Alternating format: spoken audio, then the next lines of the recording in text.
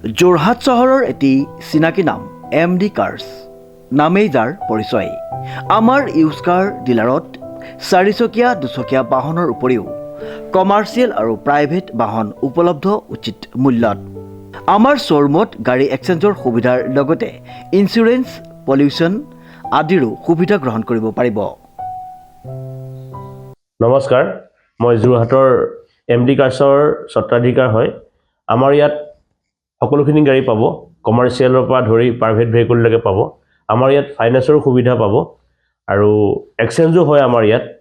আমাৰ প্ৰত্যেকখন গাড়ীৰে ডকুমেণ্টছৰ যিখিনি চাৰ্জ হ'ব সেইখিনি আমি ফ্ৰী কৰি দিওঁ আৰু ইঞ্চুৰেঞ্চ, পলিউশ্যন সকলোখিনি আমি আমাৰ ফালৰ পৰা পাব। আপোনালোকে কোনো ডকুমেণ্টছ চাৰ্জ একো দিবও নালাগে। আৰু আগন্তুক নতুন বছৰ বহুতখিনি সুবিধা আছে, অফাৰো আছে। আমি সেইখিনিও আপোনালোকক অফাৰখিনি দিম। আৰু আমাৰ এড্ৰেছটো হৈ গ'ল যোৰহাটৰ সদৰ তিনিআলি নিয়েৰ টুকুলাই, MD কাৰ্ছ। Contact number 9101587204। আৰু এটা আমাৰ ডিলাৰ আছে গোলাঘাটৰ টাউনতে, MD কাৰ্ছ। আপোনালোক তালৈও যাব পাৰে, তাতো ভাল ভাল গাড়ী পাব। আপোনাৰ মন পচন্দৰ গাড়ীখন ক্ৰয় কৰিব পাৰিব। Contact number 9101587204। ধন্যবাদ। প্ৰিয় গ্ৰাহকসকলে উচিত মানদণ্ড আৰু উচিত মূল্যত আমাৰ শ্ব'ৰুমৰ পৰা সপোনৰ গাড়ীখন নিশ্চিন্ত মনে ক্ৰয় কৰিব পাৰিব। গতিকে আজিয়ে আহক আমাৰ শ্ব'ৰুম MD কাৰ্ছলৈ আৰু লৈ যাওক আপোনাৰ মৰমৰ গাড়ীখন। ইংৰাজী নৱবৰ্ষৰ উপলক্ষে আমাৰ শ্ব'ৰুমত বিভিন্ন অফাৰ আগবঢ়োৱা হৈছে। আমাৰ ঠিকনা MD কাৰ্ছ, সদৰ তিনিআলি, যোৰহাট নিয়েৰ টুকুলাই। আমাৰ যোগাযোগ নম্বৰটো হৈছে 9101587204। নমস্কাৰ, নিউজৰ বাতৰিলৈ স্বাগতম জনাই ষ্টুডিঅ'ৰ মজিয়াত মই পল দাস। চাহকাতিৰ বাতৰি। অসম সাহিত্য সভাৰ নৱনিৰ্বাচিত সভাপতি ডক্টৰ বসন্ত গোস্বামীক জনোৱা হয় এটি বিশেষ সম্বৰ্ধনা। News direct report. অসম সাহিত্য সভাৰ নৱনিৰ্বাচিত সভাপতি ডক্টৰ বসন্ত গোস্বামীক সামাজিক সাংস্কৃতিক অনুষ্ঠান পৰিৱৰ্তনৰ সভাপতি ঈশ্বৰ প্ৰসন্ন বৰদলৈৰ নেতৃত্বত এক বিশেষ সম্বৰ্ধনা অনুষ্ঠান আয়োজন কৰা হয়।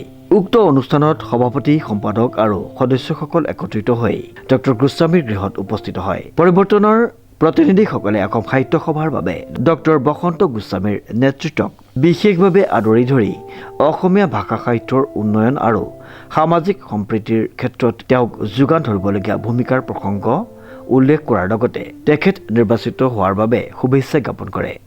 অত্যন্ত আনন্দ পাইছোঁ, কাৰণ অসমৰ ৰাইজে মোক যেনেকৈ ভাল পাইছে, প্ৰচাৰ মাধ্যমে, মুদ্ৰণ মাধ্যমেই হওক বা বৈদ্যুতিন মাধ্যমেই হওক, যেনেধৰণে মোক আঁকোৱালি লৈছে, পৰিৱৰ্তনেও এই আনন্দৰ অংশীদাৰ হ'বলৈ অসমীয়া জাতিটোৰ এটা আনন্দ পাইছে। সেই আনন্দৰ অংশীদাৰ হ'বলৈ বৰদলৈদেৱৰ নেতৃত্বত গঠিত পৰিৱৰ্তন নামৰ অনুষ্ঠানটো অহাৰ কাৰণে মই তেখেতসকলকো মোৰ হৃদয়ৰ পৰা আন্তৰিক ধন্যবাদ জনাইছোঁ।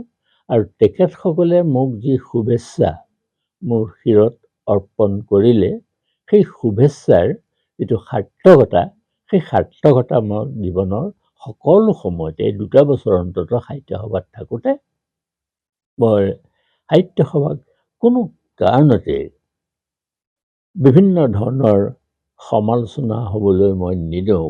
পুৰ সমালোচনা, কটু সমালোচনা হ'বই, কাৰণ সাহিত্য সভাক অসমৰ মানুহে ভাল পায়। কিন্তু আমাৰ উদ্দেশ্য হ'ব লাগিব সেই সমালোচনাৰ পৰাই অসম সাহিত্য সভাই প্ৰাণ শক্তি আহৰণ কৰি আত্মশুদ্ধিও কৰিব লাগিব। মোৰ লক্ষ্যটো সেইটোৱে।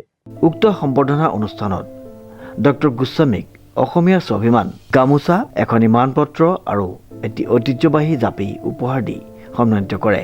পৰিৱৰ্তনৰ সভাপতি ঈশ্বৰ প্ৰসন্ন বৰদলৈয়ে এই অনুষ্ঠানটিত কয় যে ডক্টৰ গোস্বামীৰ নেতৃত্বত অসম সাহিত্য সভাই নতুন উচ্চতালৈ বৃদ্ধি পাব বুলি আশা প্ৰকাশ কৰে, যিয়ে এই মিলনকুট ধৰ্ম, সাহিত্য আৰু সংস্কৃতিৰ প্ৰতি অসমবাসীৰ অটল অনুগত্যৰ প্ৰতিফলন হিচাপে চিহ্নিত হৈ ৰ'ব। আজি আমি অত্যন্ত এটা গৌৰৱময় সময় অতিবাহিত কৰিছোঁ।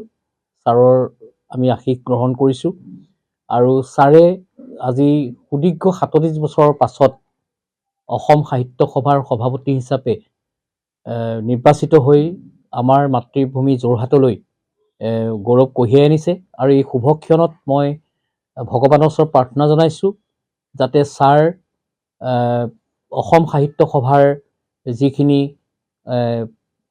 অসুৰ অপ্ৰীতি আছিল সেইখিনি যাতে আঁতৰাই ছাৰৰ নেতৃত্বত অসম সাহিত্য সভাই যাতে বিশ্বৰ দৰবাৰত স্থান পাবলৈ সক্ষম হওক ভগৱানৰ ওচৰত প্ৰাৰ্থনা জনাইছোঁ।